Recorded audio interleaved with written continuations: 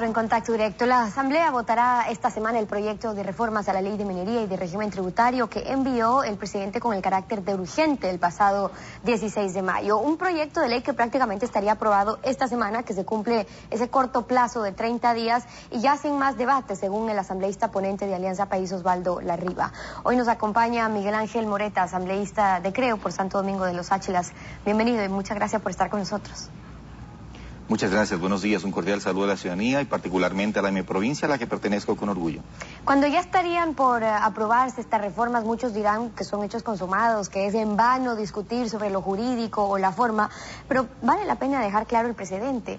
¿Ustedes consideran que el proyecto no debía ser enviado como urgente y que sí cabía una consulta prelegislativa? ¿Por qué?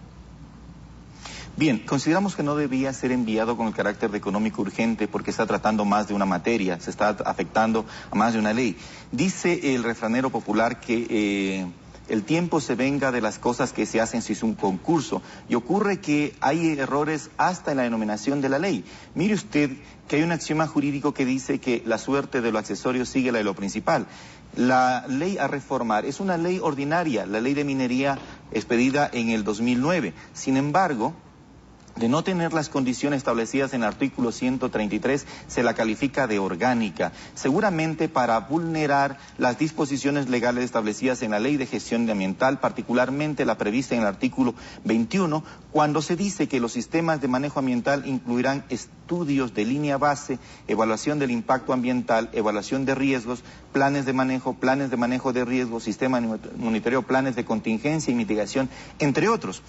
Entonces, aquí preocupa profundamente porque coincidimos en que es necesaria una explotación racional en lo social y en lo ambiental. Sin embargo, se está encontrando que hay abiertas contradicciones, particularmente entre lo que han dicho algunos voceros ponentes del régimen. Pero en ese sentido, para que exista una consulta prelegislativa, porque uno es el tema de que haya sido enviado con el carácter de urgente, pero luego que hayan decidido que no cabe una consulta prelegislativa. ¿Por qué ustedes creen que sí, en el tiempo que tenían que aprobarse estas reformas, debía o era necesaria una consulta prelegislativa? ¿Hay una afectación a los pueblos, a los derechos colectivos en comunidades indígenas? Porque así lo establece el numeral 17 del artículo 57 de la Constitución en tratándose de comunidades donde se afecten derechos colectivos. Sin embargo, esto podría ser discutible si se aplicara el numeral 7 de la misma disposición legal, cuando dice que cuando se vayan a implementar los planes y programas, allí se hará la consulta previa. Se podría decir de que se emite una ley de carácter general obligatorio y que cuando vaya a hacerse una concesión en una área de comunidad indígena se haga la consulta correspondiente. Pero más allá de esas situaciones estamos encontrando, insisto, contradicciones entre lo que dice voceros del gobierno y lo que están queriendo hacer. Estamos pasando de un obstruccionismo burocrático a un aperturismo sin beneficio de inventario, tal cual decía Jaime Galarza Zavala en su libro El festín del petróleo, y que comentaba el mismo ministro Patiño diciendo de que 40 años después, su lectura sigue siendo fundamental para entender las trampas que un recurso natural tan preciado, el petróleo, otorga al poder económico de las oligarquías para vender nuestra patria al mejor postor. Quiero decir, a las transnacionales, y además fingir que semejante operación nos traerá desarrollo y prosperidad.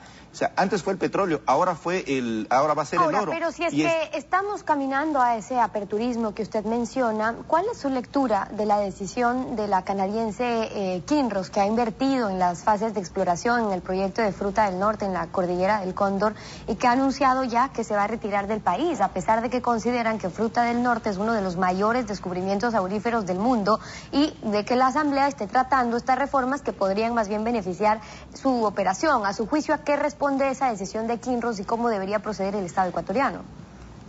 A que se está estableciendo un aperturismo sesgado a favor de las gran nacionales, solamente a favor de las estatales extranjeras, no a favor de todas las empresas, sean públicas o privadas. Si es que vamos a ser aperturistas, seámoslos con todo, no hagamos tratos discriminatorios, exijamos a lo sumo que tengan antecedentes de cumplimiento y responsabilidad ambiental, que tengan certificaciones internacionales en materia ambiental y que tengan la suficiente competitividad para ingresar a explotar con racionalidad los recursos que el Ecuador posee. Yo creo que allí se siente afectada esta empresa canadiense privada al sentir de que va a ser perjudicada en los procesos que se van a hacer más adelante. Se van a hacer concesiones a dedo porque se establece en la ley que se va a eliminar las subastas y remates solo en tratándose en caso de estatales extranjeras. Creo que esa es la razón para que esta empresa esté anunciando su salida del Ecuador. Ahora, ustedes no se han mostrado en contra de que las transferencias de las acciones que haga un concesionario se den solo con inscribir y notificar a la autoridad correspondiente,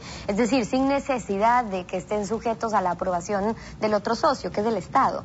Puede resultar entonces que las empresas mineras vengan acá, se ganen una concesión, pero para vender el título y ganar más bien en la transacción, más no están interesadas en la explotación. ¿No es incentivar más bien la especulación o encarecer incluso esa inversión?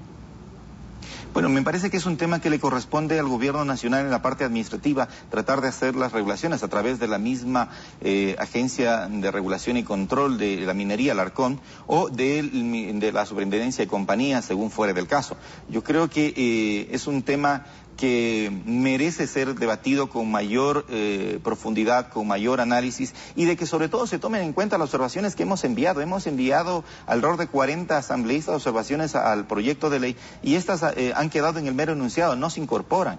Decía, hay errores tan clamorosos como hasta de secuencia numérica. El numeral 3, por ejemplo, el artículo 3 reformaba el artículo 29 y el 4 el 26. Eso se ha corregido, pero son incorporaciones cosméticas, no son las incorporaciones de fondo. Se dice que se va a promover el bienestar, la riqueza de los ecuatorianos, y que se va a vender nuestros recursos, pero no se dice que se va a seguir exportando concentrados desde el país, porque no se establece la obligatoriedad en un plazo perentorio de incorporar valor agregado, y mucho menos la obligatoriedad o el deber del Estado establecer una zona económica especial donde efectivamente la industria minera sea desarrollada y sea incorporada para generar mayores utilidades para el ecuatoriano. Ustedes no estaban de acuerdo con algunos artículos del proyecto, pero en otros sí coinciden, o por lo menos no se han pronunciado, como el que yo me refería anteriormente, que sería aprobado ya en estas reformas, y evidentemente cambia un precedente sobre cómo se harán ahora esas transferencias, o notificación solamente de las transferencias de las acciones. ¿Creen entonces que las reformas en general en sí incentivan a atraer mayor inversión porque mejoran las condiciones para los inversionistas? Es un tema bastante delicado y polémico. Como están planteadas las cosas, si no se incorporan las observaciones que estamos realizando, es muy difícil que esto se dé, y ya las consecuencias saltan a la vista con la salida de Kinross. Nosotros aspiraríamos que en el Pleno se trate y se vote artículo por artículo para ir aprobando o negando según corresponda al beneficio de los ecuatorianos. Es un tema que lo vamos a ver. Yo el día de ayer quise exponer respecto a estas reformas, de estas propuestas.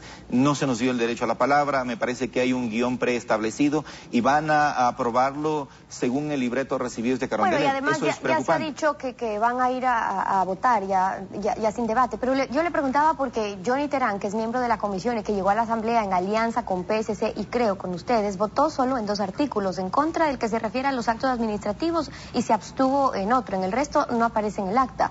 De todas maneras, creo está de acuerdo con que se aprueben entonces estas reformas. Estamos de acuerdo con que exista apertura e inversión en el Ecuador, pero para todo el mundo, no solamente para las grandes nacionales. Esa es la parte que no comprendemos, cómo el gobierno está yendo hacia un entreguismo gran nacional o paraestatal. Creeríamos que debe legislarse en forma general y las excepciones no incorporarlas como normas generales, que lo que se está haciendo aquí en este proyecto. Aspiramos nosotros que se debata artículo por artículo para ir estableciendo las ponencias. Hay cosas con las que estamos de acuerdo, por ejemplo, la eliminación de trámites burocráticos para las aprobaciones, pero tampoco estamos de acuerdo que se comprometa una devastación de las zonas de yacimiento del Ecuador. Quisiéramos que por lo menos se respete el debido proceso establecido en el artículo 21 de la Ley de Gestión Ambiental. Sobre esas excepciones que se crean en el artículo 3 del proyecto, cuando se elimina la subasta o el remate público para las concesiones mineras que efectúe el Estado a empresas estatales extranjeras, escuchemos lo que dijo aquí el asambleísta por Alianza País, Beto Benchica. Con relación a las empresas públicas de otros estados para formar alianzas estratégicas con la empresa nacional minera, yo creo que es importante para el país. No queremos que saqueen nuestros recursos naturales, sino que más bien exista la posibilidad de amalgamar mediante un proceso especial, tampoco es concedido a dedo, como dice la oposición, sino un proceso especial, la mejor posibilidad de que otros capitales públicos de otros países realmente vengan a invertir en el Ecuador. Usted sabe que, por ejemplo, el sector privado lo único que busca es el lucro incesante. Más bien las empresas públicas o capitales públicos lo que básicamente orientan su inversión es para fortalecer el interés colectivo, el interés de la gente, porque responde a los estados. ¿Ustedes creen que más bien no es lo más conveniente para el país que se den estas preferencias a las empresas estatales públicas? ¿Cuál ha sido la experiencia? Bueno, yo creo que la experiencia es negativa. Mire usted lo que ha pasado con Ecocorriente en otras latitudes. Yo creo que más bien la apertura debe estar enfocada hacia la competitividad de las empresas, sean estas nacionales, sean extranjeras, estatales o privadas. La minería de seguro es un negocio que necesita una inversión millonaria y para eso es necesario que vengan empresas que tengan antecedentes de cumplimiento de estándares de responsabilidad social y ambiental. Que vengan todos los que quieran competir, pero que esa competencia sea protegida, que sea respaldada, que sea tutelada desde el Estado y que se les dé igualdad de condiciones. No debe haber tratos preferenciales, porque eso más bien está sesgando para que, según convenios ideológicos, se esté subastando o se esté entregando las riquezas del país. Y lo que los ecuatorianos quieren es que al final del día, cuando existe explotación minera, no exista devastación, pero además que exista beneficio inventario y que esa minería haya significado mejoramiento en el desarrollo de sus comunidades, más obras, más equipamiento y una transformación en el estilo de vida, por lo menos de las comunidades adyacentes, que es lo que no ha ocurrido con la explotación del petróleo a lo largo de estos 40 años. La postura de Miguel Ángel Moreta, asambleísta por Creo, acompañándonos hoy en Contacto Directo. Gracias por haber estado con nosotros. Muchas gracias a usted.